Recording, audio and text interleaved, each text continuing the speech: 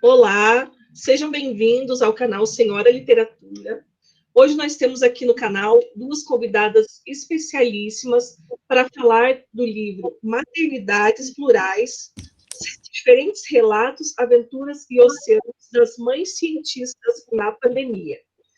Esse livro ele foi organizado pela Ana Carolina Eiras Coelho Soares, pela Camila de Almeida Santos Cidade e pela Vanessa Clemente Cardoso. Ele tem o texto de apresentação da Marinete da Silva, do Instituto Marielle Franco, ela é mãe da Marielle Franco, e prefácio da Manuela Dávila. Então, esse livro ele veio para dar voz a essas mães cientistas que estão aí se desdobrando nesse tempo de pandemia para lidar com as diversas funções de mãe, de pesquisadora, de trabalhadoras. Então, é bem interessante esse livro, relato de mais de 150 mães sobre esse período de suas vidas. E nós temos as convidadas Priscila Marconcin e Angélica Neres, e eu vou pedir para que cada uma delas se apresente, então, para vocês conhecerem um pouquinho de quem são elas, qual a trajetória acadêmica e também pessoal de cada uma delas. Vamos começar, então, pela Angélica. Tudo bem, Angélica? Oi, Francine, tudo bem? Sim. Eu quero agradecer o convite, né? Acho super importante esse trabalho que a gente está fazendo, esse encontro que a gente está tendo para poder divulgar essa obra aí. Eu sou mãe recentemente, né? Então tenho o Otto, meu filho que tem 3 meses. Eu sou psicóloga clínica e também fui professora de letras, né? De português e de espanhol antes de iniciar na área da psicologia clínica. Então é um prazer poder compartilhar um pouco dessa história e dividir isso também, né? E poder fazer essa troca com vocês. Legal, Angélica, um prazer ter você aqui com a gente e vamos conhecer um pouco mais do seu trabalho aí, né? E também queria que a Priscila, então, se apresentasse para a gente. Priscila. Olá, obrigada também, Francine, pela oportunidade de hoje estar aqui com vocês, para conversar um pouco, para falar um pouquinho da minha trajetória, mas também para conhecer um pouquinho de vocês e para que a gente possa divulgar esse trabalho tão importante que foi reunir essas mulheres, cientistas, mães, numa obra nesse momento que nós estamos passando. Então, eu sou formada em Educação Física, sou bacharel pela Universidade Federal do Paraná, e vim fazer o meu mestrado e o meu doutorado aqui em Portugal. Fiz o mestrado no Porto e o doutoramento fiz em Lisboa. Voltei para o Brasil, lecionei na Universidade Tecnológica Federal do Paraná e hoje eu estou novamente em Lisboa, fazendo um pós-doutoramento na FMH novamente. Então é um prazer muito grande hoje estar aqui com vocês para que a gente possa conversar um pouquinho. Que bacana! Então, aproveitando que vocês já se apresentaram, eu também vou me apresentar, porque também estou participando no livro junto com vocês, é uma alegria muito grande. Eu também sou formada em Educação Física e sou formada em Letras, tenho as duas licenciaturas. Sou professora aqui do estado do Paraná e também sou escritora.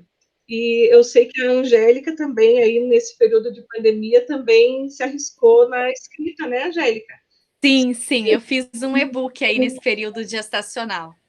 Fala para a gente também um pouquinho do seu livro, O que eu tenho para contar, 9 meses e uma pandemia. Isso, na verdade, o livro ele surgiu aí bem no um pouco depois que a gente começou o isolamento, acho que foi em março quando eu parei, né? Fiquei em casa, então abril, acho que maio eu comecei a escrever. Foi, na verdade, não foi nada planejado, foi um livro que veio, acho que muito mais como uma necessidade minha. A escrita, para mim, é muito terapêutica, então, assim, foi um livro que ele veio para me auxiliar a passar pelo momento que eu estava passando de gestação, num contexto tão delicado que para mim foi estar em pandemia, né? Estar em isolamento, estar passando por tudo isso e por todas as mudanças que o Covid, esse momento que a gente está vivendo no mundo, trouxe, né? Então eu acabei criando esse e-book, criando esse livro, decidi tornar ele um e-book. Era uma escrita solta, se tornou aí um e-book, e aí acabei fazendo a divulgação dele e distribuindo ele aí na página que eu tenho, né? Que bacana. Então, a pandemia aí, ela veio também para trazer coisas novas para todo mundo, apesar das dificuldades, a gente teve que se reinventar aí muitas vezes, né, Angélica? Principalmente, imagino como deve ter sido para você grávida no meio de uma pandemia, né? Só externalizando isso mesmo e dividindo com o resto do mundo para poder passar por isso, né? Foi mesmo, foi um jeito de externalizar. Na verdade, a escrita foi um recurso, porque, para mim, toda vez que eu lia um relato de alguma gestante nessa fase, passando por isso me ajudava muito. Então, era um jeito de eu conseguir me organizar. Então, a escrita, para mim, também foi um jeito de eu contribuir com o que eu estava vivendo. Então, o livro, na verdade, é um relato do que foi esse período gestacional para mim e de como eu passei, enquanto gestante, pela pandemia. Ele é um relato mesmo pessoal, com fotos pessoais, né? Com todo esse processo da forma que eu vivi. Então é bem pessoal mesmo. Não é uma receita de como passar pela pandemia, não. É um relato de como eu vivi esse período aí. Que bacana, Angélica. E como que a gente faz para ter acesso ao seu livro? Ele está disponível? Ou entra em contato comigo pelo Instagram, né? E aí eu envio o link pelo WhatsApp ou por e-mail e a gente pode combinar a forma de envio. Mas eu deixei ele divulgado ali no Instagram, que é uma forma das pessoas entrarem em contato pelo Instagram ou pelo WhatsApp. Legal. São as duas formas que eu tô disponibilizando eles para as pessoas. Instagram, @Angélica Neres. Psicóloga Angélica Neres. Ótimo, legal. E você, Priscila, a gente estava comentando aqui, né, como que a escrita ajudou a Angélica a passar por esse período, inclusive, né, no livro das maternidades plurais, que é o livro foco aqui da nossa entrevista hoje. E eu queria saber como que você ficou sabendo desse edital, né, e o que te motivou a participar, a pensar assim, não, eu vou escrever o meu relato e vou participar desse livro. Como é que foi esse processo para você? Conta aí para a gente, Priscila. Então, primeiro, deixa eu falar da coisa mais importante que eu esqueci na minha apresentação, né? Que são os meus filhos. Então, eu tenho dois, eu tenho o Pedro, de 2 aninhos, e eu tenho a Maria Luísa, de 7 anos. E, na verdade, assim, a decisão de participar desse livro foi bem ao acaso, porque eu vi a divulgação, né, a oportunidade, num grupo de Facebook. É como a Angélica falou, eu também me encontro muito nessas leituras, nesses relatos muito pessoais, não é, de outras mães. Então, todo o meu maternar foi muito baseado nisso. Eu participo de muitos grupos de mulheres e de mães, e um deles é as mães na pós-graduação, pelo Facebook, um grupo brasileiro, e eu vi a divulgação lá. E quando eu vi a divulgação, me chamou a atenção, mas eu nunca me vi como uma escritora, né? Eu até gosto de escrever como forma terapêutica, mas guardo isso muito para mim. E aí comentei com a Francine, inclusive, né? Eu falei, olha, Fran, tua cara, porque eu sei que ela escreve, tá fazendo esse processo, ela vai contar, acho que mais para frente, fez a defesa do mestrado dela durante esse período da pandemia. E eu olhei aquilo e falei, perfeito para você, olha aí, né? Tá bem relacionado com o que você está vivendo. E ela falou, perfeito para você também. Meu Deus, mas eu não escrevo, eu não sei, né? Não tenho essa escrita, assim, trabalho muito nessa perspectiva dos artigos e a gente acaba ficando muito quadrada, né? E até tive um pouco de receio de dividir, assim, a minha história, né? O que eu estava vivendo com outras pessoas. Mas, pelo incentivo da Francine, nós somos aí amigas há muito tempo, e pelo incentivo dela, eu falei, eu vou tentar, né? Vou ver como é que fica. E eu sentei numa tarde, assim, uma única tarde, né? Durante toda aquela pandemia, aquele caos em que eu estive sozinha em casa, não sei como. Né? Foi uma circunstância bem ao acaso mesmo, eu fiquei sozinha e eu falei, vou escrever. E sentei ali em 2, 3, 4 horas, acho que eu levei para escrever o texto todo. E foi muito positivo para mim, me senti muito bem escrevendo, foi mesmo bem terapêutico mesmo, para entender, né, o que eu estava fazendo durante esse período. E enviei para ela, falei, olha, dá uma olhada, ver o que você acha, ela deu opinião, e aí foi mais ou menos assim, né, que eu cheguei a ter coragem de submeter, porque eu também não tive essa iniciativa logo de cara, assim, acho que também contei com esse apoio. Que legal. Inclusive, né, eu tenho que agradecer, porque a minha participação no livro, como a Pri falou, foi pela indicação da Priscila, né, que achou ali que tinha a ver, porque eu também escrevo e tal.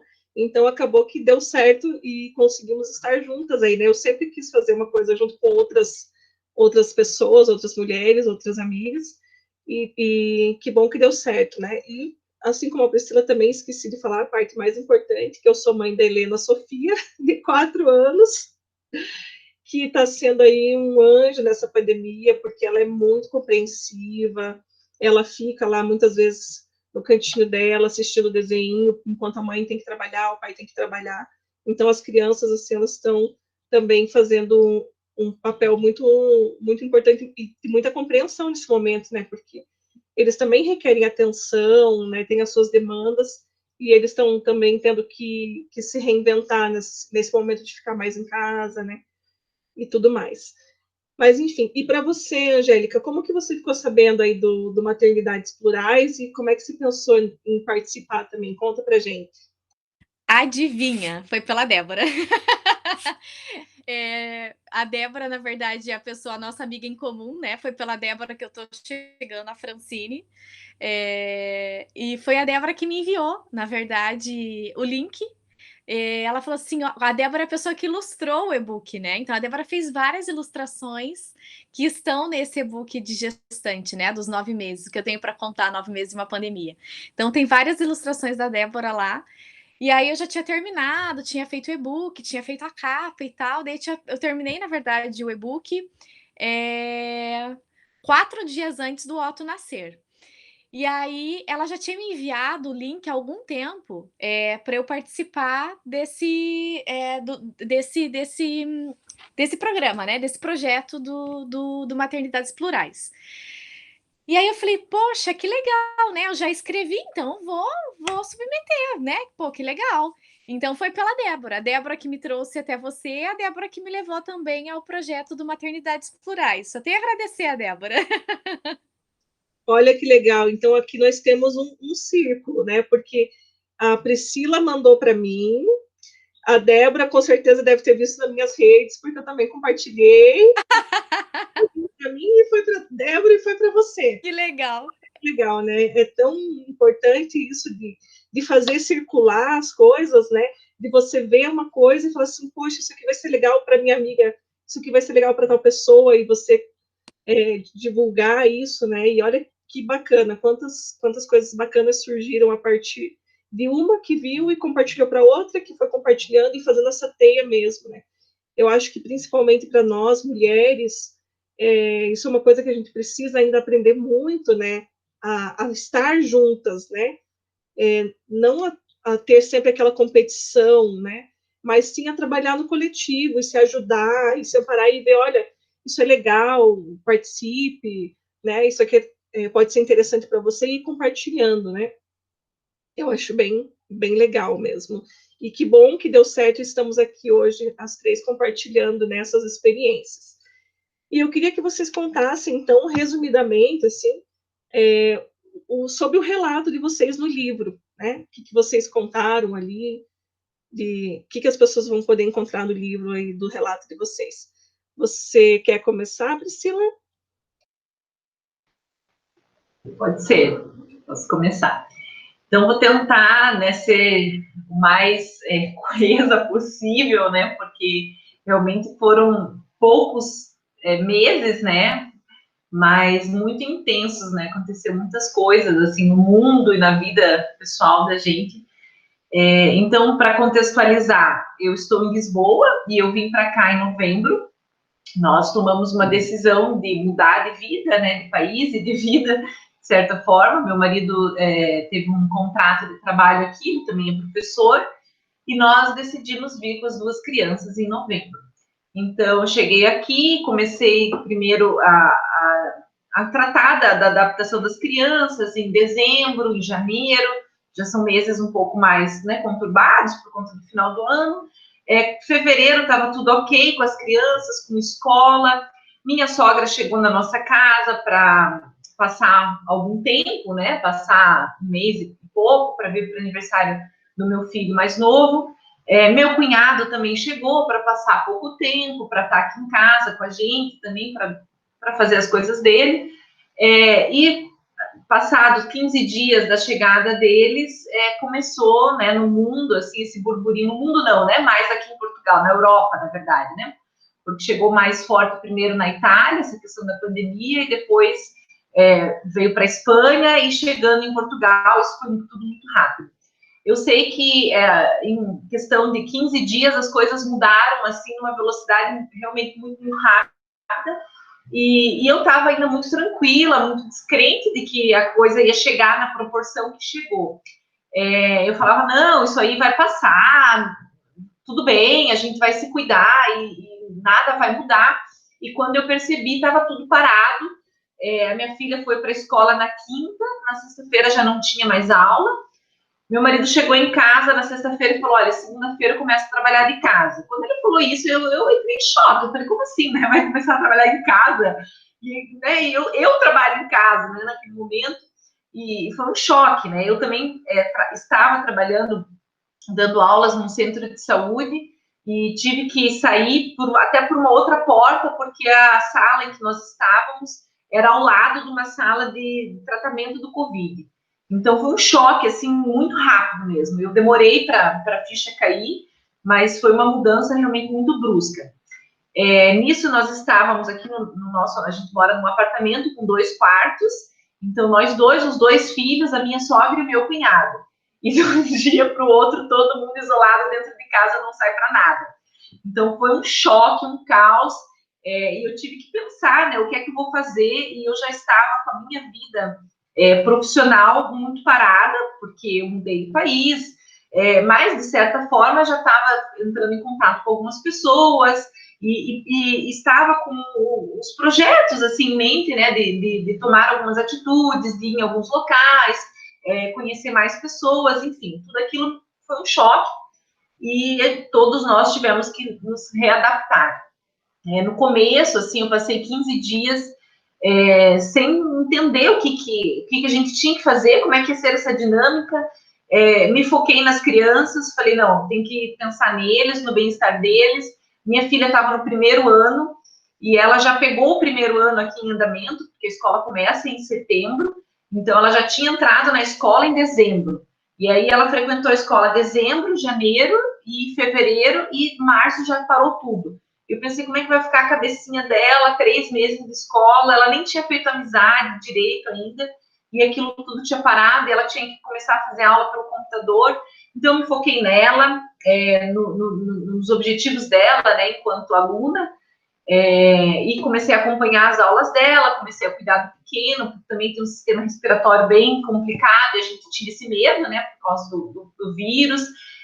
Minha sogra em casa, dando uma ajuda, meu marido trabalhando bastante, porque ele é coordenador do curso, então todos os professores também foram para suas casas e muitas vezes tinham dificuldade de lidar com os meios eletrônicos para trabalhar, então ele também passou por um período bem estressante, e eu demorei para pensar em mim, então fiquei ali 15 dias, 20 dias pensando na situação de casa, assim, das crianças, da minha sogra, do meu marido.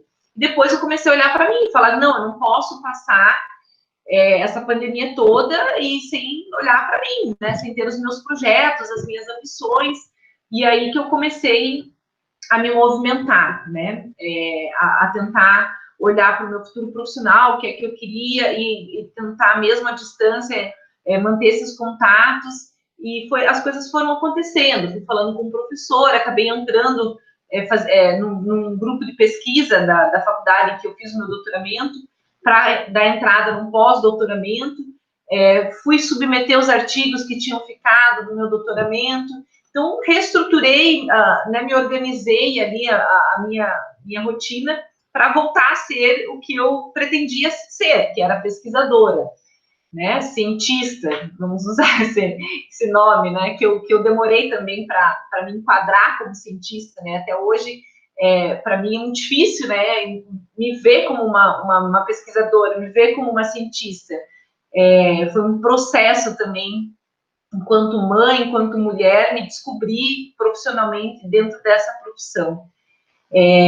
Mas consegui dar conta, consegui esquematizar, né, colocar um objetivo bem certo, assim, de rotina dentro de casa para fazer isso.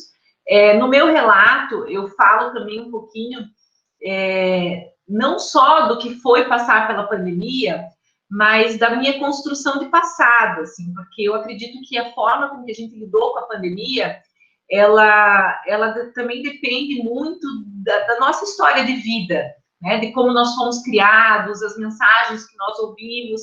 Então, no meu relato, eu falo muito da minha mãe e de como a minha mãe é importante na minha vida e me influenciou a ser essa mulher que hoje eu consigo me ver assim, né? Ser uma mulher forte, uma mulher decidida, determinada, que não larga os seus objetivos, né, frente aos objetivos dos outros.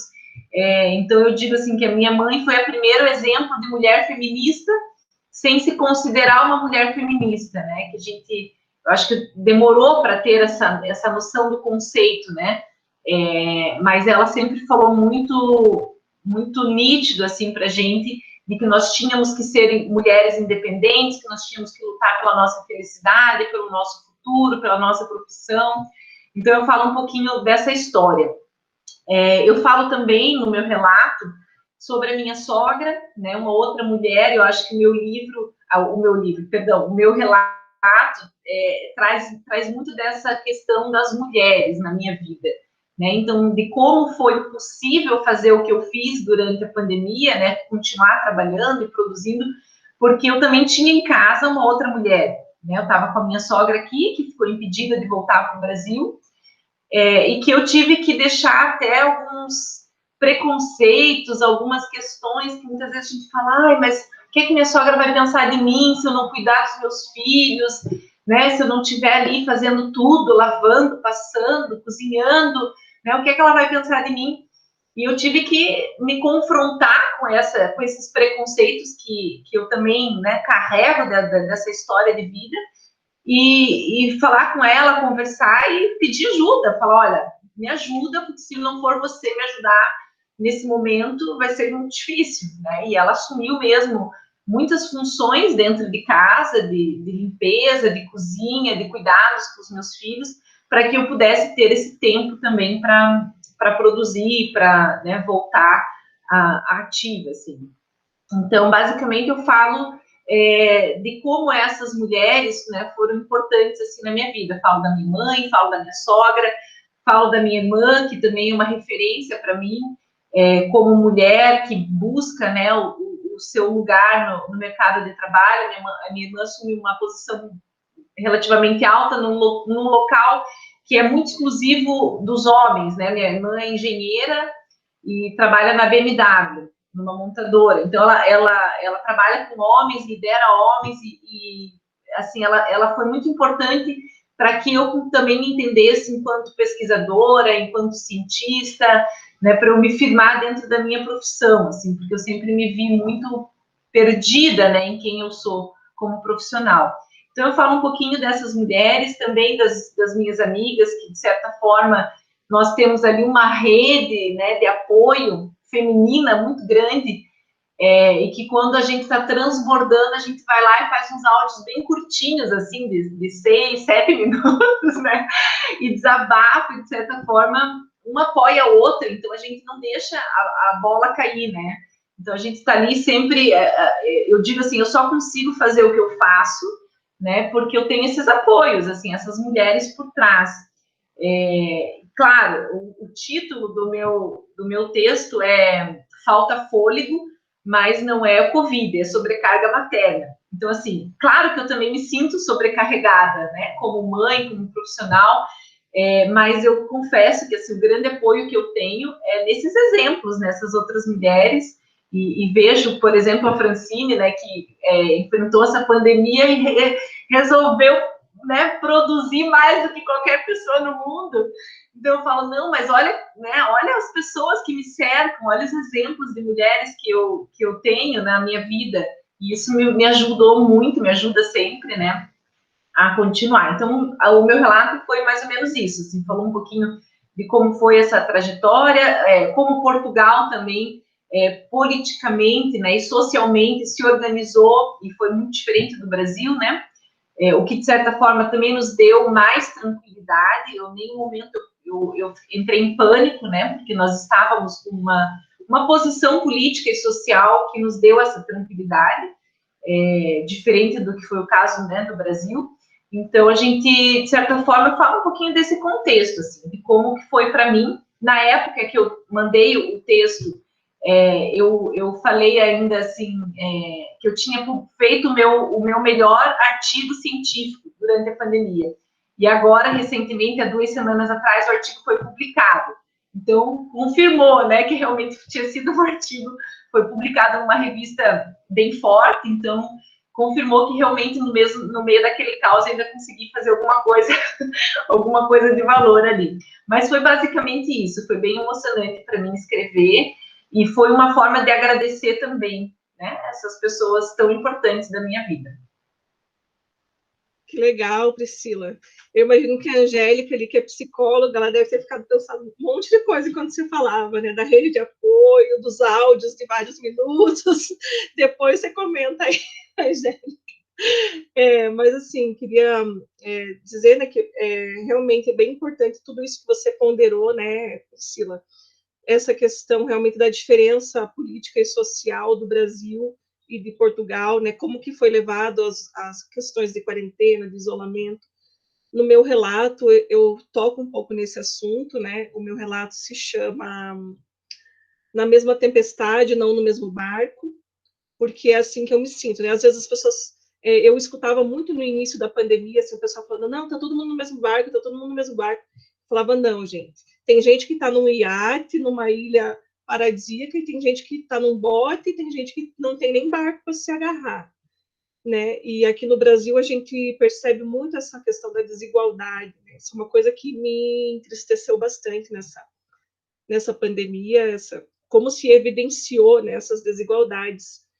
E até na questão do trabalho, assim, então a gente teve que trabalhar tudo remotamente, e algumas pessoas têm mais facilidade com tecnologia, outras não têm, e eu enquanto professora, alguns colegas meus sofrendo demais, assim, um estresse absoluto de você ter que trabalhar e dar aula, e você não saber lidar com essas novas ferramentas, né, e a pressão e a cobrança, e não, você tem que fazer do dia para a noite, você tem que aprender a mexer em tudo, e aprender a trabalhar da sua casa, cuidando dos seus filhos, tendo que fazer 1000 coisas, e não interessa, você tem que cumprir as suas 8 horas de trabalho diárias, não importa se teu filho está chorando do lado, se você tem que limpar a casa, se você tem que cuidar de toda a higiene, que na questão da pandemia, a higiene é uma coisa fundamental, né? Eu não sei vocês, mas eu, quando vou no mercado, é um dia inteiro, porque você até ir no mercado, voltar, limpar tudo aquelas coisas que você trouxe, é um serviço imenso, assim, né? Então, no meu relato, eu trouxe um pouco disso também, e do que você falou, né, dessa rede de ajuda. Eu aqui em casa sou só eu, meu marido e a minha filha.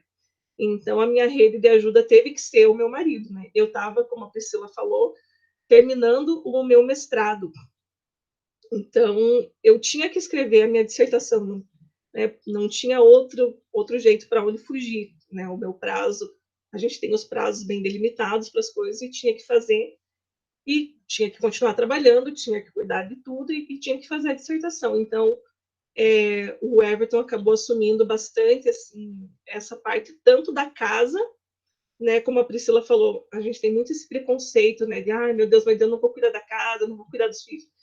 E a gente tem que se redescobrir mesmo, né, porque por que as outras pessoas também não podem ajudar no cuidado, né?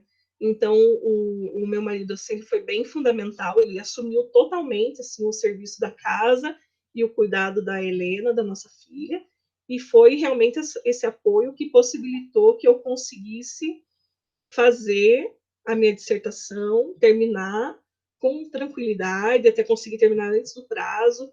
Defendi, já estou até com meu diploma na parede, que saiu assim tudo também rápido. E como você falou, às vezes a gente também não se coloca nesse papel de cientista, né? Esse nome também, para mim, no começo causava um estranhamento. Mas, poxa, se eu estou fazendo pesquisa, eu estou produzindo ciência, então eu sou uma cientista. Né? Eu acho que a gente tem que também aprender a se colocar nesses lugares que muitas vezes as pessoas tentam inferiorizar, né? Principalmente a questão do magistério, né? Que é uma coisa ainda que as pessoas tentam a todo custo inferiorizar, e muito porque é uma coisa feminina, de predominância, né, das mulheres. Então é uma coisa que a gente tem que também estar lutando sempre, né? E aí o meu relato foi mais ou menos isso, assim, foi contando também de como é diferente, né, os barcos em que a gente está. Mas agora eu queria ouvir também da Angélica. Como que foi o seu relato, Angélica? Conta pra gente aí também como que foi essa experiência da pandemia para você. Vocês me deixaram super curiosas para ler esse e-book, porque eu fiquei, ai, fala mais um pouco aí que eu quero saber o que mais que vocês colocaram aí. Bom, tem uma coisa diferente, né? Acho que vocês escreveram para o livro, pelo que eu entendi, né? Para a proposta, para o projeto. E eu, quando eu submeti os textos, eles já estavam prontos porque eles faziam parte de outra coisa, né? Então eu submeti eles para essa proposta sem ao certo saber se eu me enquadrava de fato dentro do que eles estavam esperando ou não para Maternidades Plurais. Então o meu texto veio antes da proposta do projeto do Maternidades Plurais. Então, eu fui escrevendo e a minha escrita ali, ela teve muito a ver com o momento que eu estava passando dentro do processo gestacional. Então, assim, eu sempre fui muito focada na questão profissional, né? Muito, muito, muito focada. E desde que eu engravidei, eu me propus a pegar um pouco mais leve. Então, assim, mais leve em carga horária, mais leve em questão de exigência, mais leve na vida. Eu não sei se eu estava pressentindo que eu ia viver um momento de pandemia, que eu ia ter que pegar muito mais leve depois, mas eu já tinha começado lá atrás, um pouco antes, né? Em outubro, quando eu descobri que estava grávida, eu já me reorganizei para que este ano eu diminuísse minha carga horária e tudo mais, para eu atender menos pessoas, né? Este ano que o Otto viria. Então, o meu relato, né, os meus textos ali, o que eu escrevi, são vários textos, por isso que eu estou trazendo assim, eles trazem um pouco do que foi mudando ali para mim, né? Porque quando eu engravidei, e acho que ninguém pensou ou imaginou que pudesse passar por uma pandemia, e eu lembro até hoje que no dia 17, que foi quando eu parei, 17 de março, eu estava super em dúvida, porque já começou os burburinhos sobre pandemia e tal, e parar e não parar. E eu lembro que eu fiquei muito na dúvida de, nossa, mas será que é tudo isso, né? Será que precisa parar? E eu lembro que eu fui atender, fui para a clínica aquele dia, e eu conversei com a Débora por telefone. Eu falei assim: "Nossa, Débora, tô até com medo de trabalhar hoje e tal", foi alguma coisa assim. E ela comentou como que estava, né, o que que ela achava e tal. Eu falei assim: "Nossa, mas será mesmo que eu vou ter que parar?". E eu fiquei meio assustada, porque o meu planejamento era parar muito próximo do nascimento do Otto, né. Então, o meu relato, ele traz um pouco de todas as mudanças que eu vivi nesse período gestacional, né? As expectativas que eu tinha, o primeiro filho, né? Primeiro neto, os meus pais, né? Então, eu seria o primeiro neto. Então, o isolamento me deixou distante de todas as pessoas né, que eu gostaria de ter passado e convivido o período gestacional. Então, o meu relato tem muito a ver com a forma que eu lidei com esse período, né? E com esse processo todo. Então, com a questão de isolamento, com praticamente a saída do trabalho, né? Porque até eu conseguir adaptar a questão de trabalhar em casa, demorou, porque aqui ficou tudo muito confuso, né? As coisas ficaram muito desalinhadas, a gente teve discursos muito desalinhados. Então, assim, até organizar com os clientes o atendimento online foi muito difícil, porque uns acreditavam que era importante a gente já realinhar para deixar o trabalho mais organizado. Outros também entendiam que não precisava, que não era necessário, que logo tudo ia acabar. Então a gente não tinha muito como se organizar ali. Então o meu relato ficou muito dentro disso, né?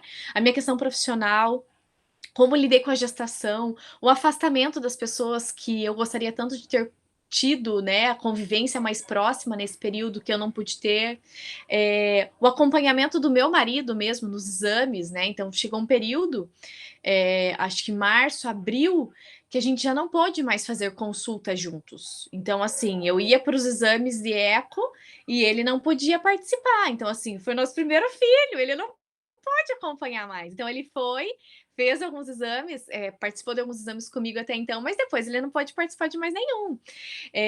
Ninguém mais pôde participar. Então, ver a barriga crescer, né? Então, o medo de se encontrar. Eu não fiquei fazendo encontro com os meus pais, eu não fui na casa dos meus pais nesse período todo de isolamento. Então, nós nos víamos à distância. Então, essas coisas, né? Não poder comprar roupa do bebê. Então, assim, eu tive que terminar minhas compras pela internet. Então, eu não pude sair, comprar as roupinhas, escolher qual seria o berço. Aquelas coisas que são fúteis, mas são úteis. Então, eu acho que muito do que eu trouxe ali tem um pouco das angústias, das expectativas e das frustrações que eu vivi dentro desse período gestacional, das questões profissionais, né, das reinvenções que eu tive que fazer, e até pelo período também, eu acho que a pandemia, o que eu senti foi assim, que colocou muitos de nós a trabalho, né? Porque o isolamento nos colocou diante de muitas situações nossas. Então, quando eu vi a Priscila falando ali, né, das coisas lá de trás, do que a gente recebeu e de como isso foi impactando, influenciando a nossa forma de lidar, eu acho que é bem isso mesmo, né? Isso tudo veio muito à tona. Então, o meu relato, ele traz muito desse movimento. E o meu primeiro texto, na verdade, se chama, eu acho que era o dia da quarentena que eu tava, quarentena dia 10, se eu não tô enganada, foi isso, acho que era o 10º dia de quarentena. Eu lembro que o primeiro texto que eu fiz, que foi onde começou e me deu vontade de escrever outros, eu começo falando que eu não esperava começar a contar os dias de quarentena, né? Dia 10 em casa, dia 11, dia 12, que eu esperava contar os dias para a chegada do meu filho, não os dias que eu estava em casa, né? E eu lembro que quando eu ouvi o Mandetta falar na televisão que até junho a gente poderia ter um pico, que era bem a data de nascimento do Otto, que era 1º de julho, né? Falei, meu Deus, bem no nascimento do Otto vai estar esse fervo todo ainda, nós vamos estar entrando no pico. Nunca imaginava que eu estaria vivendo isso até em outubro, né? Então, o meu relato ali está muito dentro do que foi esse momento para mim. O medo mesmo de ter um filho, de usar um hospital num momento tão conturbado, de ter discursos tão diferentes dentro do país, assim, né? De ouvir coisas tão diferentes, de não sentir segurança, né? De falar assim, meu Deus, eu vou ter que usar uma rede de saúde no momento que eu nem sei o que está acontecendo. Então, foi um relato mesmo de tudo que eu vivi nesse período profissional, pessoal, dentro desse momento gestacional, de receber um filho, de todas as mudanças que eu estava tendo no meu corpo e o mundo passando, né? Então, os meus relatos estão dentro desse período aí do que eu vivi. Tem um pouco tem coisas que envolvem textos maiores, tem partes da minha escrita que são pequenos relatos, assim, coisas mais emocionais mesmo do que eu estava vivendo, então tem uma mistura ali de tudo. Nossa, Angélica, olha, se essa pandemia, essa quarentena foi difícil para todo mundo, para as grávidas, olha, vocês foram guerreiras mesmo aí, porque olha, foi interessante que até a gente falou a Priscila acho que também falou de rede de apoio, né? Eu consegui fazer rede de apoio pelo WhatsApp, né? Nos podcasts de 8 minutos, 10, 15, 20. E eu encontrei amigas de passado, assim, que há muito eu não via, por Instagram, e hoje a gente troca figurinhas, né? Até hoje aí sobre os bebês, que foi que ajudou muito, assim. Então, a gente teve que se readequando mesmo com as relações, né? Então, foram muitas coisas, na verdade, foram muitas mudanças, né? Imagino que não foi fácil para mim. Talvez tenha sido fácil para algumas grávidas, mas imagino que para a grande maioria talvez não. não, eu acredito que as angústias assim foram muito grandes para todas e estão sendo, né? A minha irmã está grávida, o bebê dela vai nascer em dezembro. E ela também passa pela mesma situação, assim, de não poder visitar, né, do jeito que gostaria, de não poder comprar as coisas. Então ela fala, às vezes para mim, fala assim, poxa, eu não comprei nada ainda para o meu filho, né? O que ela tem, assim, é o que a gente compra pela internet mesmo, né? E tal, mas não tem aquele prazer de, como você falou, pode parecer uma coisa simples, mas, poxa, é o prazer de você ir numa loja, escolher e passear, né? É diferente, assim. Então, Sim. meu apoio, minha solidariedade e as graças. Sim, fica tudo muito difícil. São situações simples, singelas, mas são questões simbólicas que fazem parte desse processo, né? Para a gente se preparando para receber o bebê. Então, sim, é bem difícil. Pois é. E agora, sim, queria focar um pouquinho mais assim na parte profissional de cada uma.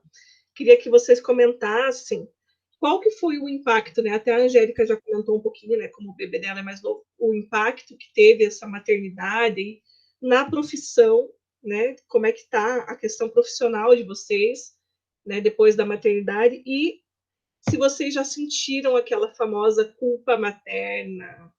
Quero que vocês contem aí para a gente um pouquinho sobre isso. Pode ser, Priscila? Pode ser. Então, vou dizer algo que pode chocar vocês, né? Que, assim, eu não senti a culpa materna até o meu segundo filho nascer. Enquanto eu estava com o meu primeiro, né, com a minha primeira, eu sinceramente me achava a melhor mãe do mundo.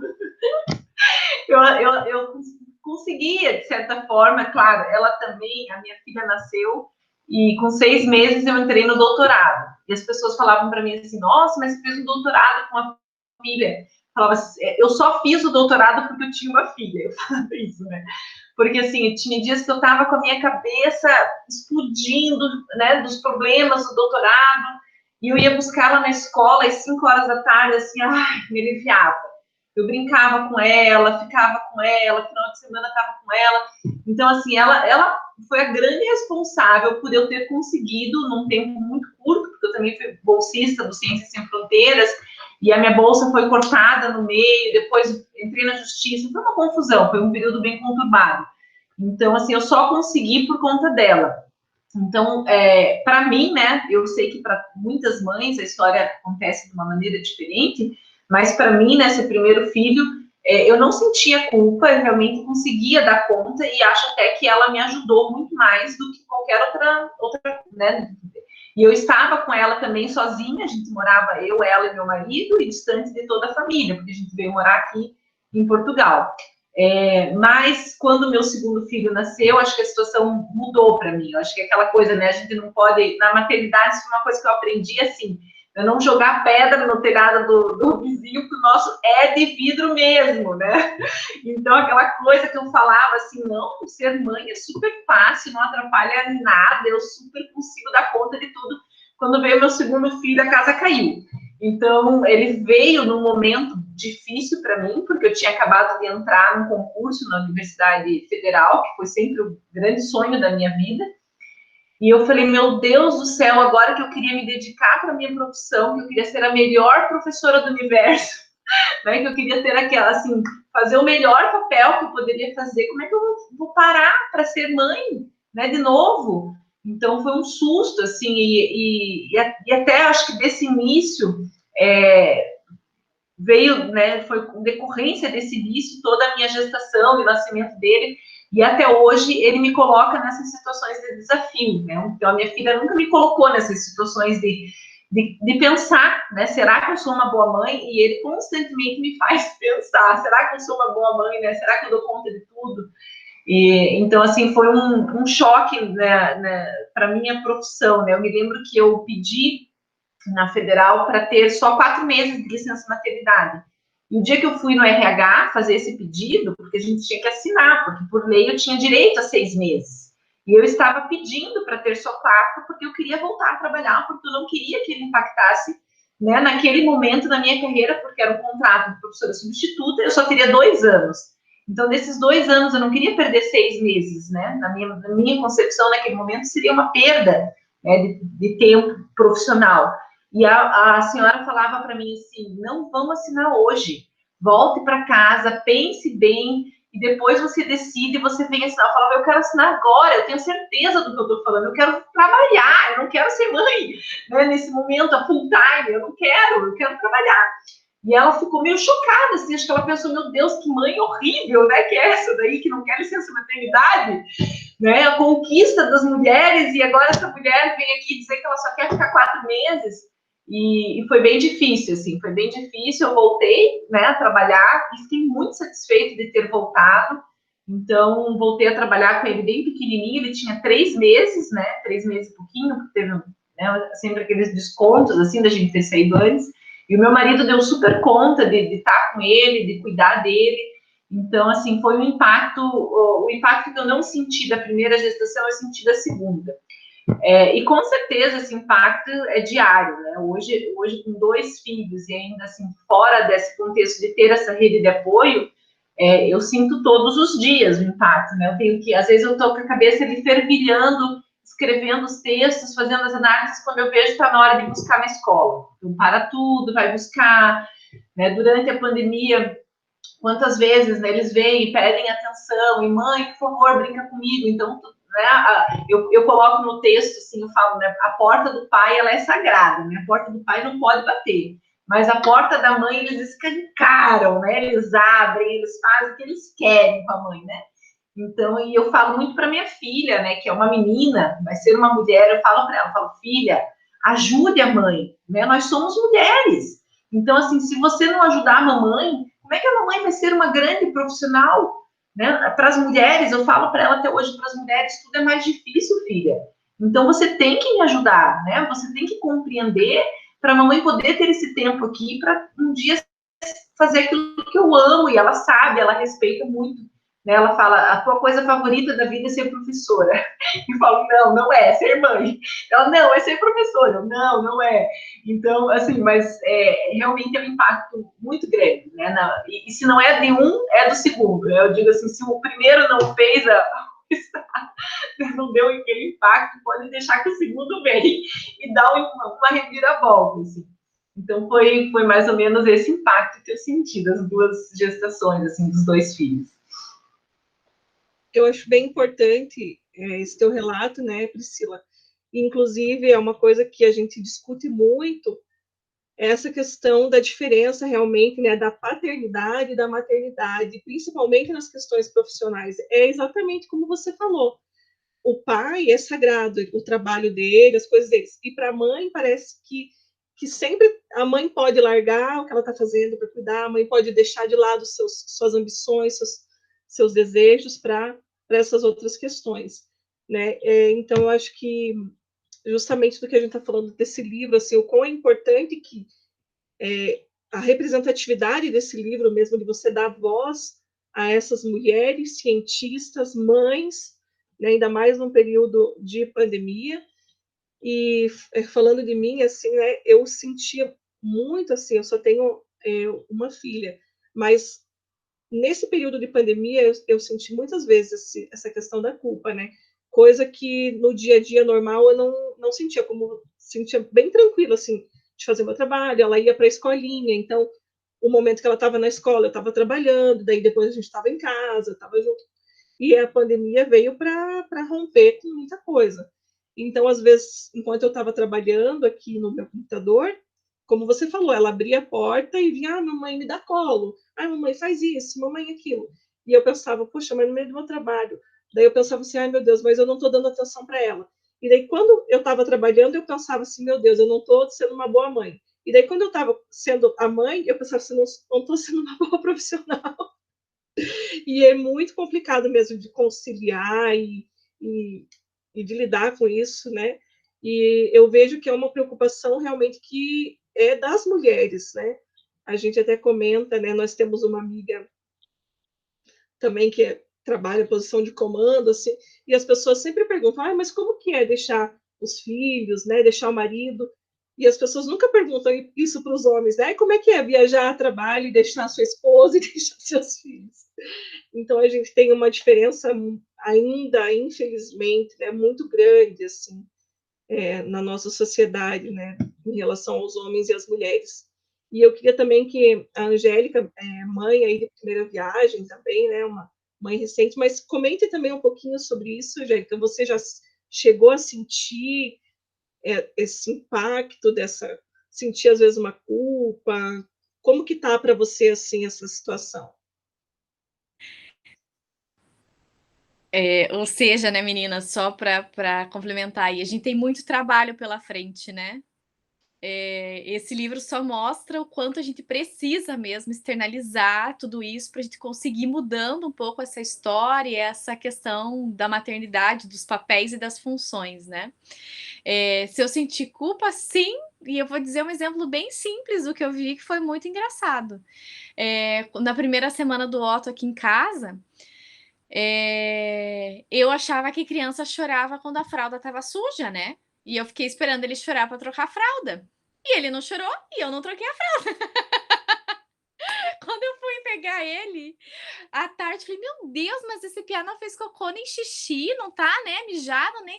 Quando eu fui olhar, ele tava super, todo mijado, com cocô. Daí eu falei: Gente, eu me senti muito culpada, porque ele tava todo sujo, tava inverno, né? Ele nasceu dia 23 de junho.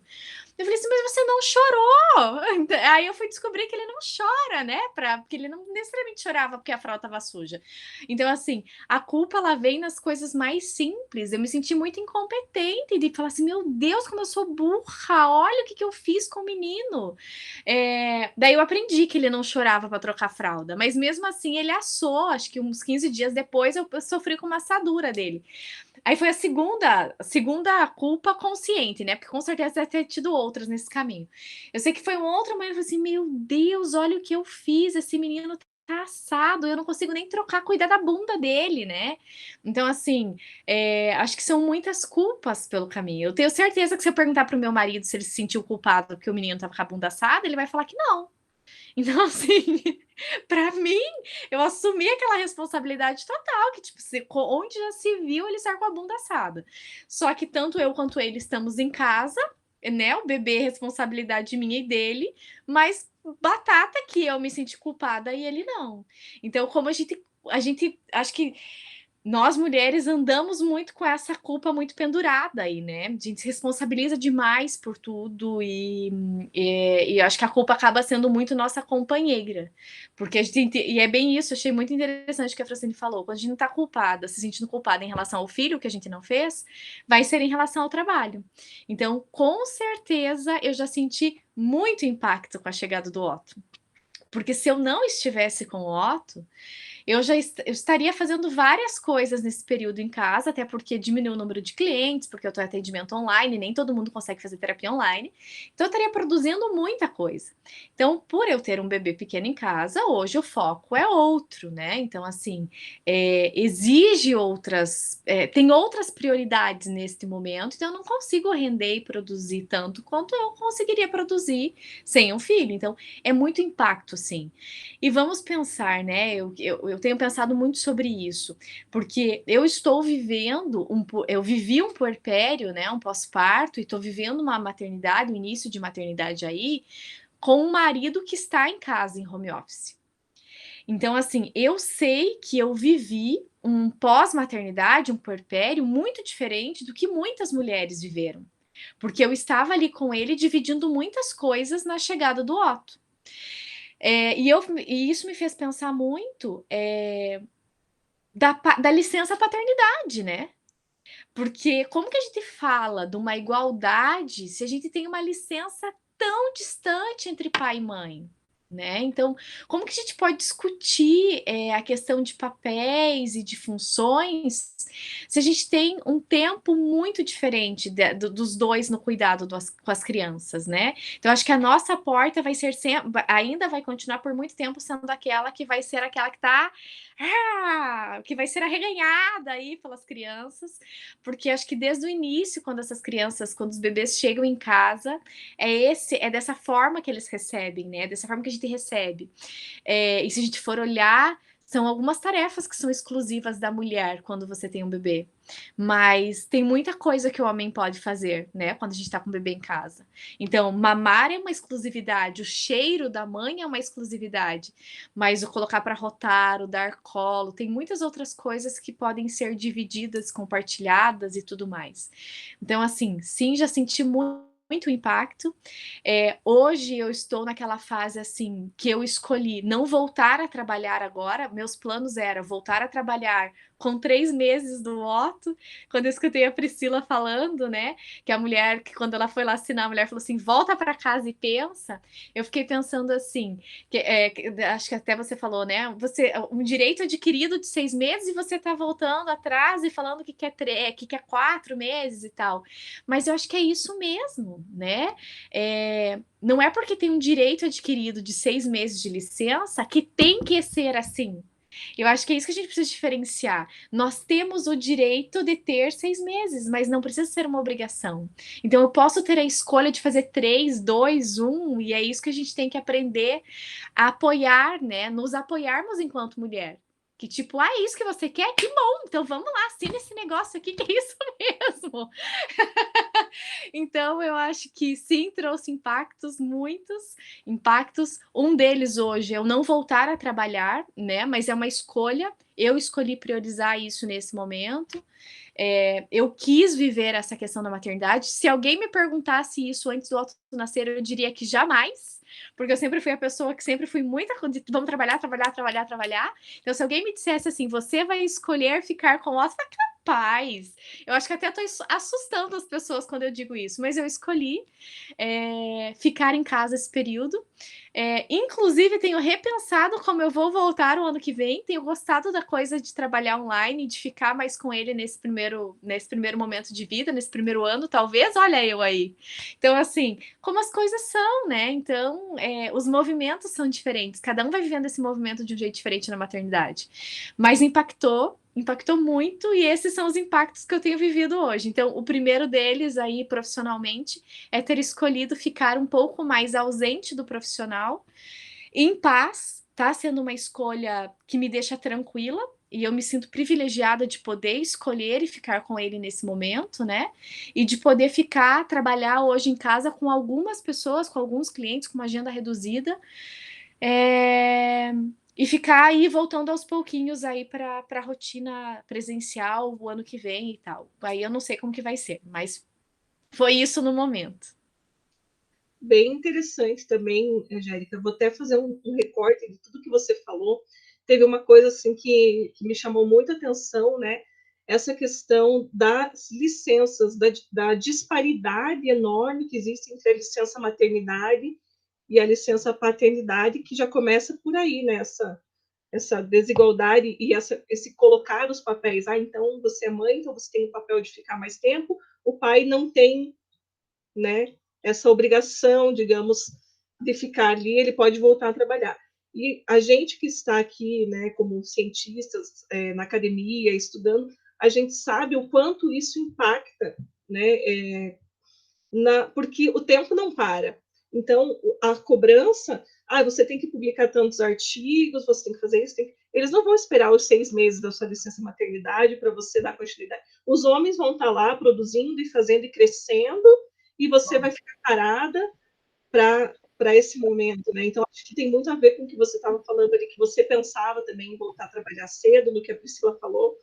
E eu vou até pedir para a Priscila comentar um pouco sobre isso, né? Para você que está mais, acho que no momento assim de produzir mais essa questão dos artigos, de ter que publicar, de ter que ter pontuação curricular, que você comentasse um pouco dessa discussão em relação a isso, o que você tem visto aí? Você falou que participa de vários grupos de mães, né? O que poderia, de repente, estar sendo pensado e sendo feito em termos de deixar mais igualitário esse caminho? Assim, o que vocês têm discutido sobre isso? Queria só fazer um parênteses também, antes de responder, que eu comecei a fazer um pós-doutoramento, né, e o meu supervisor do pós-doutoramento, em acho que julho ou comecinho de agosto, enviou um e-mail automático, assim, né, que sabe aqueles e-mails que você programa, né, que são automáticos, dizendo que ele estaria ausente até final de outubro de licença paternidade. E eu falei, o quê? Eu falei, como assim? 3 meses de licença paternidade? Não acredito, porque como é que o homem não vai trabalhar durante 3 meses? Eu fiquei em choque, assim, né? Como é que eu não soube? Como é que ele não me avisou? Então, assim, não estava, né?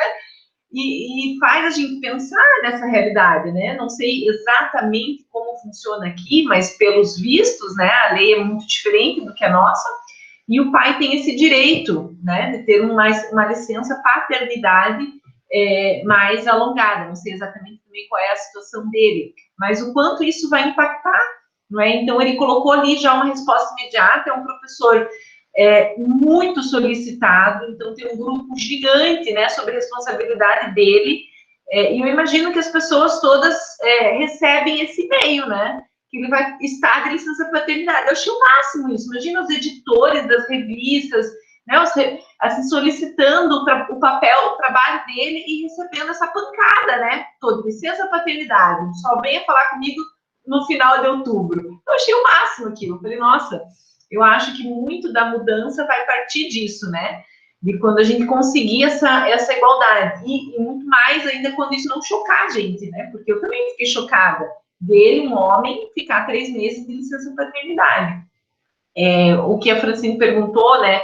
Nos grupos, assim, eu também tenho a sorte de ter um companheiro, né, que me ajuda muito, né, que tá sempre comigo, com as crianças, então a gente partilha muitos cuidados, né, muita atenção das crianças entre nós.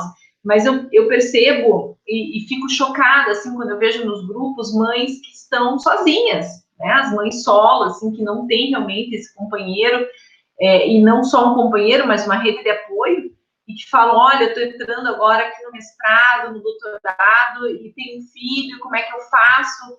E como é que eu, né, consigo? Eu vejo muitas vezes, assim, as mães pedindo como é que faz para solicitar prorrogamento de bolsa, prorrogamento de tempo para defesa, né, porque estão sozinhas com as crianças, e eu fico pensando, nossa, quanto a gente ainda tem que caminhar, né, porque cadê esses pais, né, a responsabilidade desses pais? Então, claro que tem, né, os seus contextos particulares, que podem, né, não ser só responsabilidade, né, de uma falta de uma paternidade ativa, pode ser outras situações, mas, enfim, a gente sabe que, em geral, é isso que acontece, né, a mãe é a responsável e é realmente uma ausência do papel do pai, né, um abandono, né, socioafetivo também. Então, eu vejo e fico muito chocada, né? Então, outra questão que eu percebo também nos grupos, assim, das mães, né, nesse processo da pós-graduação, continua sendo o preconceito da academia, né, para mulher mãe. Então, o lugar de fala, querendo ou não, ainda a academia é muito machista, né? A mulher pode ser doutora, ela chega lá, mas ela chega nessa posição ainda com muito mais dificuldade, e quando ela começa a assumir um papel mais ativo, né, mais de foco, já causa uma estranheza. Tem um grupo... Posso só fazer um parênteses? Claro. Que eu via muito, assim, eu fiz uma segunda graduação, que foi já quando já estava um pouco mais velha, e eu percebia muito isso nas minhas professoras, né, as professoras que eram doutoras, a maioria delas tinha optado por não ser mãe, né, justamente para poder se dedicar à carreira. Então, acaba tendo que ser uma coisa que a mulher, ela tem que, para ela poder estar ali num cargo, às vezes, de doutora, de pós-doutora, ela tem que optar por deixar de lado uma outra coisa que, de repente, pode ser um sonho dela também, de querer viver essa maternidade.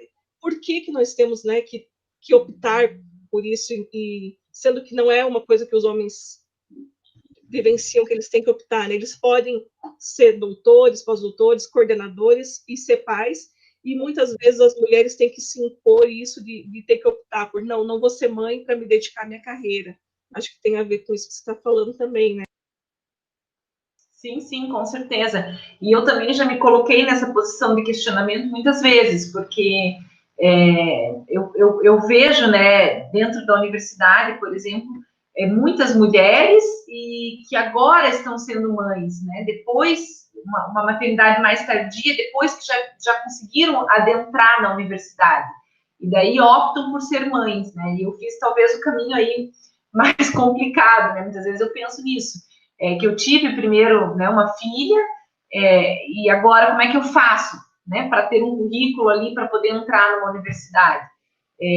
Então, realmente, ainda é muito difícil, né, essa igualdade. Tem um grupo no Brasil que chama os Parenting Science, né, que discute muito essas questões, e eles fazem eventos anuais, os congressos, e trazem essa questão da academia pensar mais nas mães, né? O que é que poderia ser feito? Poderia ter creches mais próximas, não só para as mães professoras, mas para as estudantes que estão gestando. Eu, como professora universitária, quando eu via que uma aluna estava grávida, eu só faltava carregar no colo. Eu pensava, olha, agora, pelo amor de Deus, não desiste, né? Traz teu filho, eu balanço, mas não desiste. Porque a gente via que o impacto era muito grande. Quando o aluno falava, professora, eu vou ser pai, eu falava, beleza, né, vai ser pai, a vida dele não vai mudar.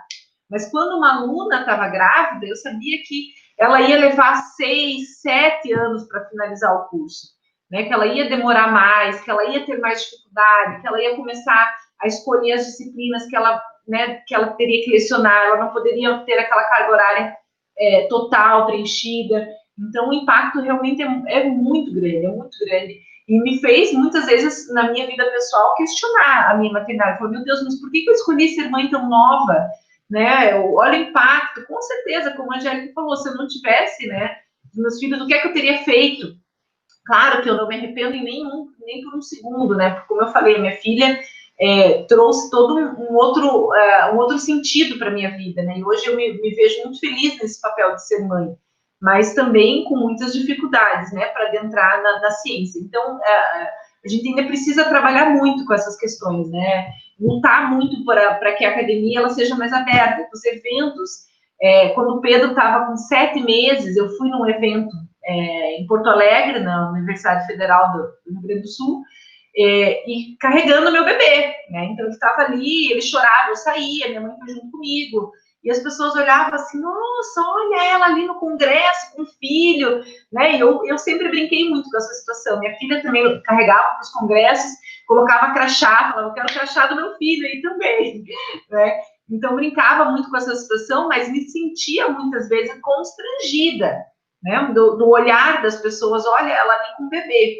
E com certeza, se isso acontecesse mais vezes, se a gente naturalizasse esse processo, né, se a gente abrisse mais as portas para as mães com bebês, né, olhasse essa mulher que é mãe de uma maneira diferente, olhasse o potencial dela como profissional, né, e não só como mãe, porque parece que quando a gente olha uma mãe, a gente só olha uma mãe, né, ela morreu como mulher, como profissional, como pessoa, ela só é mãe.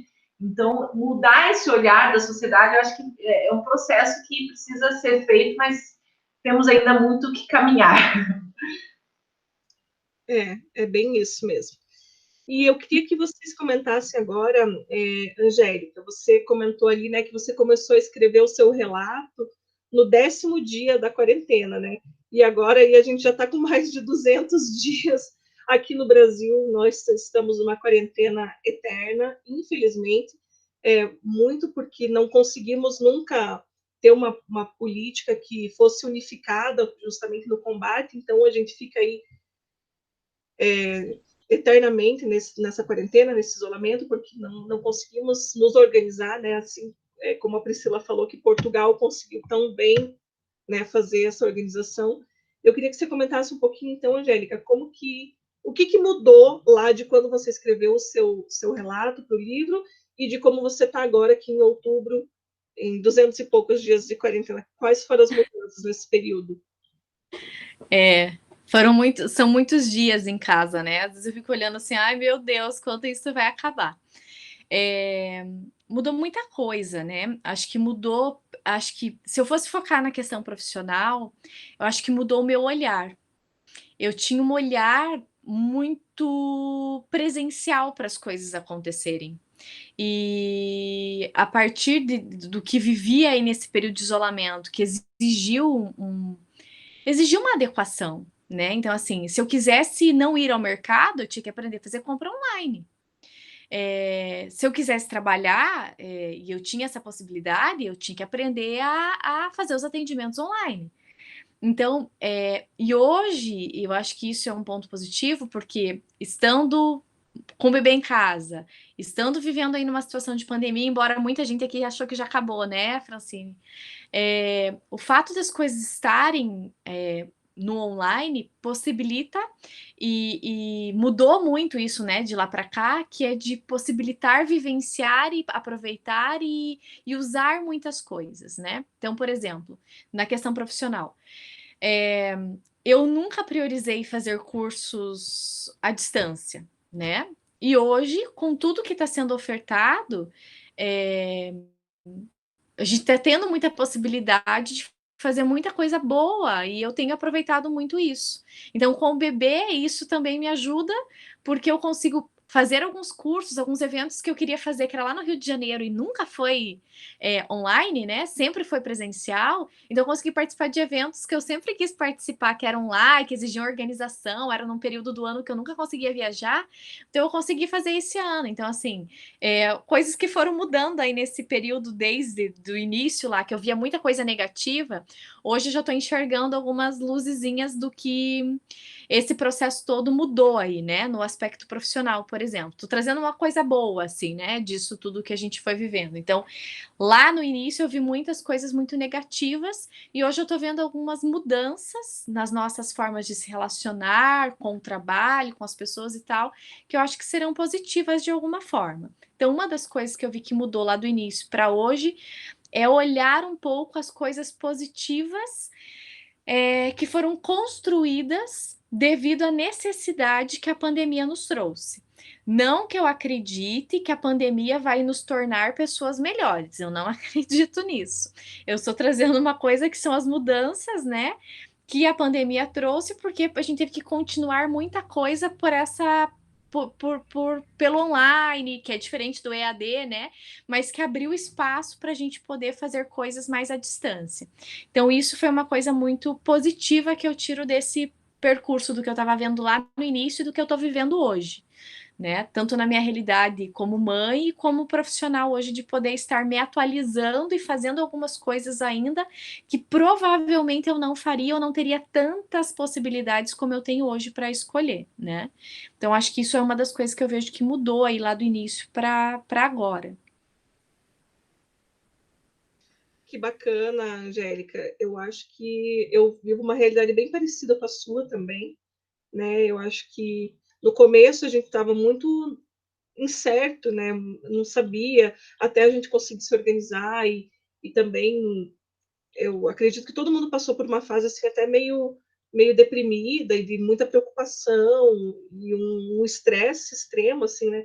E acho que agora, depois de decorrido tanto tempo, como você falou, a gente já conseguiu, né, muitas vezes canalizar, poxa, o que eu posso tirar de bom disso tudo, né?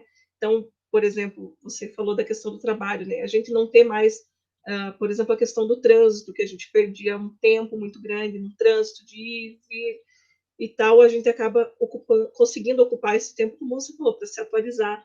Eu, no meu caso, estava muito focada na minha profissão de professora, e aí, com essa pandemia, consegui voltar um pouco mais para a minha parte de escritora, né? Consegui realizar vários projetos, você falou, fazer cursos.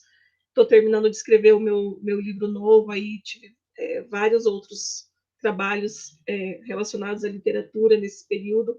Então, foi também essa questão de buscar as coisas positivas. Uhum. E vamos escutar, então, a nossa colega que tem lá a sua realidade lá de Portugal, né, Pri? O que mudou para você aí em Portugal nesse período?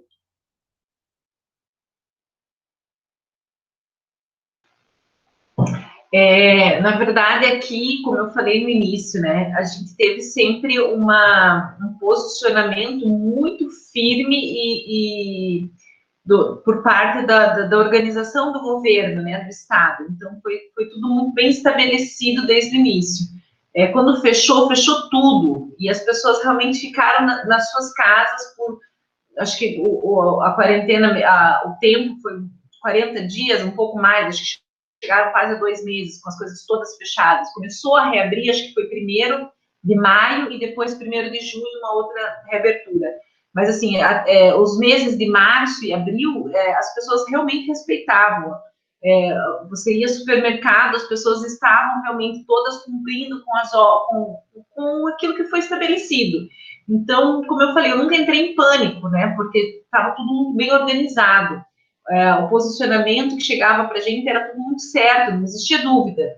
Né? Será que o governo está fazendo uma coisa, né? Está tendo um posicionamento errado? Será que estão morrendo mais pessoas do que realmente está sendo noticiado? Então, tudo isso não existiu aqui. A gente tinha sempre muita certeza do que estava acontecendo, e até hoje.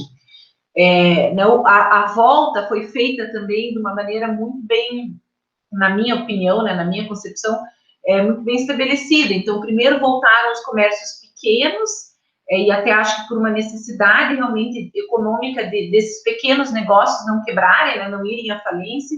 Então, 1º de maio, esses negócios menores, assim, os pequenos mercados e lojas, enfim, reabriram, e 1º de junho reabriu praticamente tudo. Nós tivemos um verão, né, o mês de agosto, em que as coisas estavam todas praticamente abertas já, né, no finalzinho de julho. E hoje o que a gente vive é uma realidade diferente, obviamente, nós saímos sempre de máscara, a entrada nos locais fechados, né, supermercados, lojas, shopping, é sempre feita com muita prudência, sempre tem um máximo de pessoas nos locais, tem que sempre higienizar as mãos. As crianças voltaram para a escola, e acredito que, na minha opinião, mais uma vez, né, da minha experiência com os 2 filhos na creche, tanto na escola primária, na escola pública, foi muito bem estabelecida. É claro que o coração da gente fica sempre um pouco em pânico, né?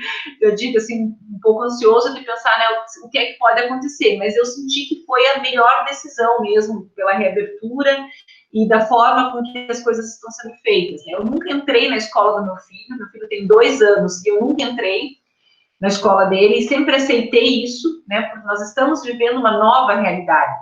Ele troca de roupa quando ele entra na escola, então ele tem, né, as coisas de casa não entram na escola, saem da escola, mas tem sempre que ser higienizada. Então, são várias medidas que, de certa forma, fez com que a gente já voltasse a uma vida normal, entre aspas, né, dentro dessa realidade de utilização de máscara, de higiene mais excessiva, mas que nunca existiu esse confronto. A gente nunca percebeu esse confronto nas ruas, de que, mas fulano não obedece, ciclano, né, mas olha aquela pessoa ali sem máscara. Não, as pessoas, em geral, todas cumprem. Eu nunca presenciei nenhuma situação dessa. Então, acho que isso traz uma tranquilidade muito diferente do que está acontecendo no Brasil. Às vezes as pessoas no Brasil veem a gente aqui já saindo e falam, nossa, mas vocês estão saindo, que loucura. Mas é porque aqui a gente está vivendo uma nova realidade, né? Um outro momento. Nós já passamos por esse momento de um isolamento a sério, em que todos respeitaram, e agora a gente tem essa possibilidade de voltar. Então, acho que também foi muito mais tranquilo estar vivendo essa pandemia aqui do que seria estar no Brasil. Claro que eu tenho familiares, eu tenho um avô de 80 anos, que deixa a gente muito preocupado, né, que está no Brasil, e isso faz com que a gente continue com a preocupação, né, familiares, amigos, mas aqui as coisas já estão bem melhores, graças a Deus. As coisas já estão, graças a Deus, e a forma com que as coisas foram levadas, né, desde o início. É muito bom contar com esse apoio né, das autoridades. Que legal. É legal também esse nosso bate-papo aqui, porque a gente consegue ter essas diferentes visões, né, de como que foi para cada um em diferentes locais. É bacana. E agora, sim, já vamos se encaminhando aqui mais para o final da nossa entrevista, que está bem legal, né, dar um papo assim mesmo, né, para a gente discorrer. Eu queria que vocês falassem um pouquinho, então, pode começar por você, Angélica. O que você considera a importância e a relevância de um livro com esse tema de maternidades plurais, os diferentes relatos, oceanos das mães na pandemia? Como que você enxerga agora com esse lançamento desse livro, a importância e a relevância que ele tem na sociedade? Eu acredito que é assim, ó.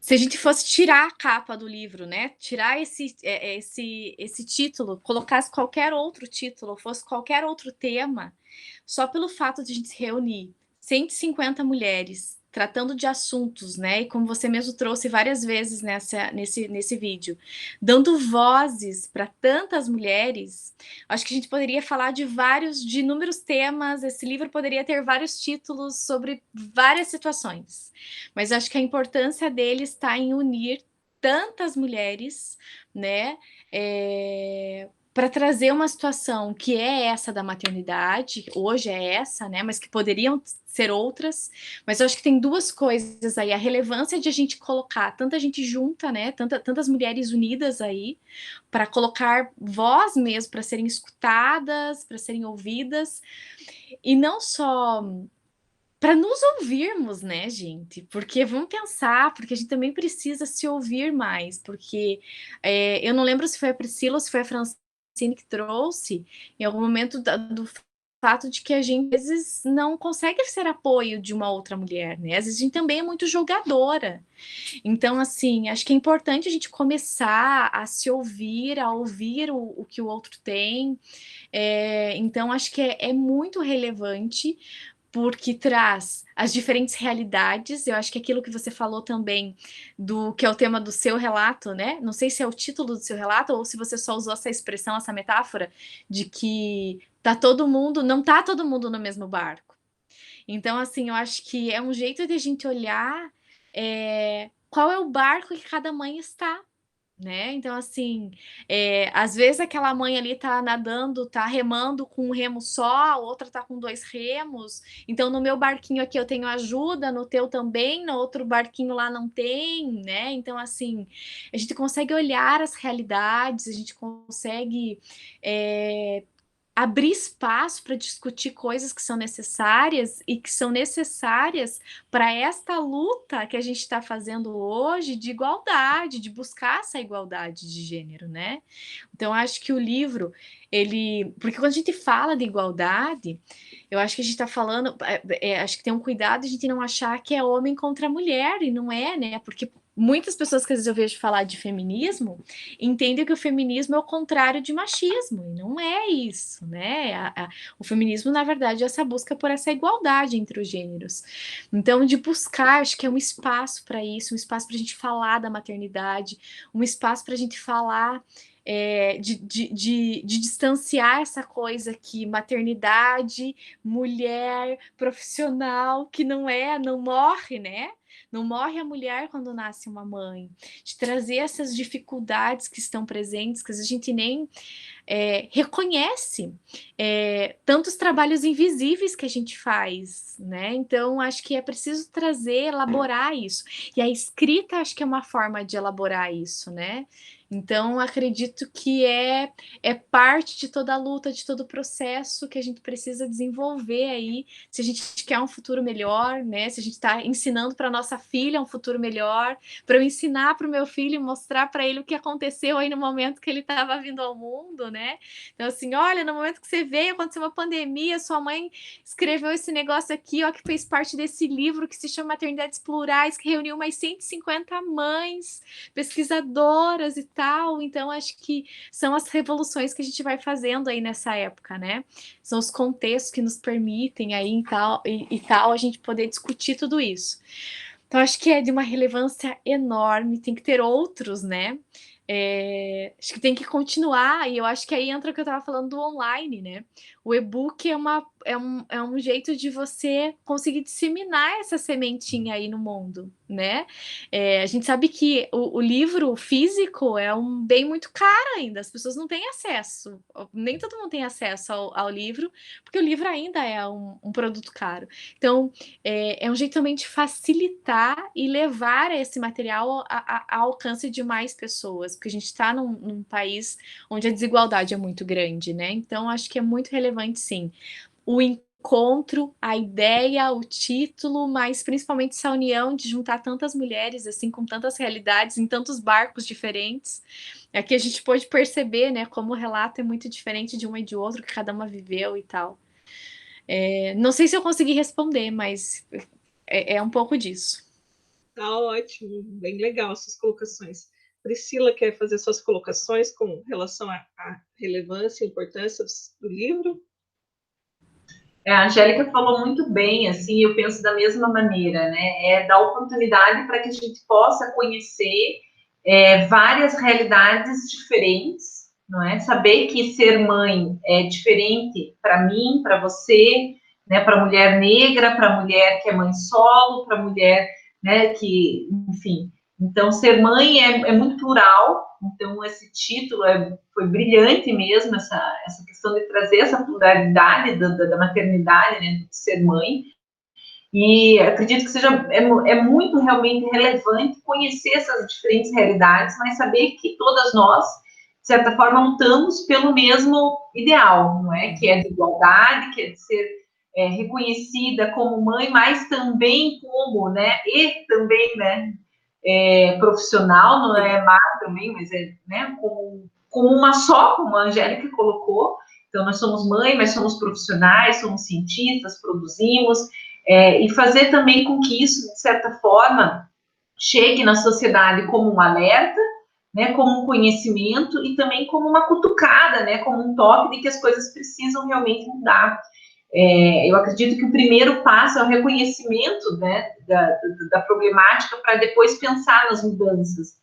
Então, de certa forma, esse livro contribui para isso, para que a gente possa reconhecer essas necessidades. Eu acredito que cada uma que escreveu ali mostrou um pouquinho o que é que poderia, né, ser diferente, o que é que poderia, enquanto sociedade, mudar e melhorar para que a gente tivesse mais igualdade de oportunidades. Então, o livro é realmente muito relevante. Eu senti um prazer enorme de participar e senti essa força também, como a Angélica comentou, de estar com outras mulheres. Acho que seria completamente diferente do que escrever um texto sozinha. Né? Então, eu realmente me senti assim, quando recebi os e-mails, quando vi aquela quantidade de mulheres ali brilhantes de várias áreas diferentes do conhecimento, numa única obra, né, reunidas. Então, foi realmente, eu acredito que é muito, muito relevante para que a gente dê esse toque para a sociedade, que nós existimos, né? Nós estamos aí, somos muitas, né? 150 nesse livro, mas quantas estão espalhadas pelo mundo, e de que as coisas precisam mudar. Foi a maior relevância, né? Muito bem colocado por vocês duas. Eu quero agradecer imensamente a participação de vocês. Sei que não é fácil aí no nosso dia a dia parar, né? A gente já está aqui há bastante tempo conversando, né? E se dedicar mesmo para ter esse momento de parar e compartilhar esses relatos, essa participação no livro. E para finalizar, então, eu quero falar sobre os nossos projetos futuros, né? Quais que são os próximos passos aí. Eu vou falar de mim, né? Como eu disse, me dediquei bastante a essa parte literária, então estou com o meu projeto aí de lançar o livro, assim que terminar, estou já nos finalmente. Me inscrevi no doutorado, então terminei o mestrado e já me inscrevi no doutorado. Estou esperando sair aí o processo de seleção, vamos ver se vai dar, se não vai dar. E então, esses são os meus projetos futuros, aí o doutorado e o livro. E eu queria que vocês contassem um pouquinho quais são os projetos de vocês, aí, o que vocês têm planejado e para um futuro próximo, assim. Quem que quer começar? Priscila? Priscila. A Angélica quer pensar mais um pouquinho, mas quero pensar mais um pouco. Eu, na verdade, eu estou fazendo um pós-doutoramento, quero finalizar, né? Eu tenho um contrato também com a faculdade agora até junho do ano que vem. Então, até junho eu quero publicar, produzir, né? Porque a gente já pensa no final, né? Na publicação.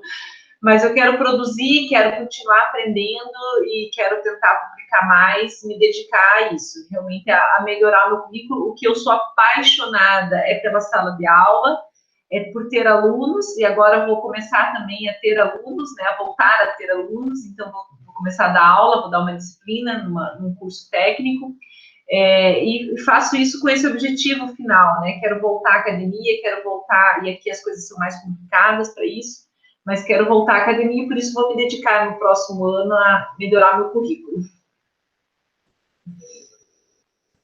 Legal, um bom projeto no futuro. Desejamos muito bem para você, Priscila. E Vou você? precisar. Bom, Eu ainda não estou com as coisas tão alinhadas, né? Estou indo aos pouquinhos aí, sentindo um pouco cada passo e alinhando o que vai ser o próximo aí, o próximo caminho. Eu imagino, né, até então, o que eu tenho alinhado é que provavelmente os próximos, considerando o próximo ano, né, o primeiro semestre ainda vai ser muito voltado para a coisa da maternidade, acho que o tempo vai ser muito mais disponível ainda para a questão da maternidade. E os meus projetos profissionais eu acho que ficarão mais reduzidos ainda nesse primeiro semestre, mas o que eu pretendo trazer, que era uma coisa que tinha ficado para trás, trazer mais para esse novo momento, é o trabalho dentro desse meio que é o meio virtual.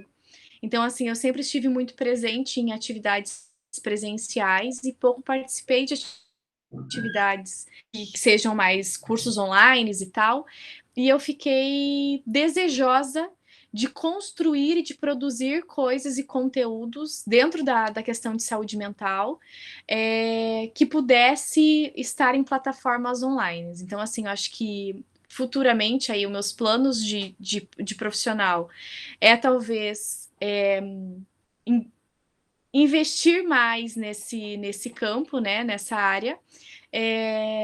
Até porque eu sei que tem anos iniciais aí, né? Vou passar por um período que eu vou pegar os anos iniciais do Otto, distanciamento do trabalho, toda essa coisa que a gente falou de atualização e tal. Então, reinventar-se um pouco também dentro da clínica, né? Porque hoje eu sou psicóloga clínica e eu gostaria de trabalhar de novo com a coisa da educação, de aulas e tudo mais, mas não mais com letras, com o espanhol, né? E sim dentro da psicologia, mas não dentro da universidade, mas dentro de uma plataforma mais solta, onde eu possa estruturar e direcionar o meu trabalho de forma mais livre, né? Então, de poder trazer trazer a coisa educacional de novo para minha vida, esses são os meus planos, não sei se é para um futuro tão próximo, mas não para uma estrutura física acadêmica, universitária, mas para que eu possa desenvolver isso de uma forma livre, autônoma, né? Com cursos, workshops, palestras, e utilizar os recursos também online aí como um ponto ao meu favor. Então é por aí que eu quero circular aí no profissional. Então é por aí que eu vou colocar um pouco de energia. Mas provavelmente não vai ser nesse primeiro semestre, vou caminhar mais devagar aí. Legal, acho que não importa tanto a velocidade que a gente vai, Não. continue sempre caminhando, né? Não importa se Exatamente. para descansar e depois continuar. É o processo que tem que valer a pena, né? Também. Então, de novo, meninas, eu gostaria muito de agradecer você, Angélica, né? Eu que agradeço. Obrigada aí pela participação de vocês. Agradecer as pessoas que ficaram nos assistindo até agora, né? Que Sim. acompanharam aí o nosso bate-papo. E convidar vocês também para conhecer os outros vídeos aqui do canal. Nós temos bastante conteúdo literário, bastante conteúdo de dicas. Então, aproveitem, passeiem também aqui pelo canal. Se gostaram desse vídeo, deixem aí o seu joinha e se inscrevam também se identificarem com o conteúdo. E muito obrigada por terem ficado até aqui e até as próximas.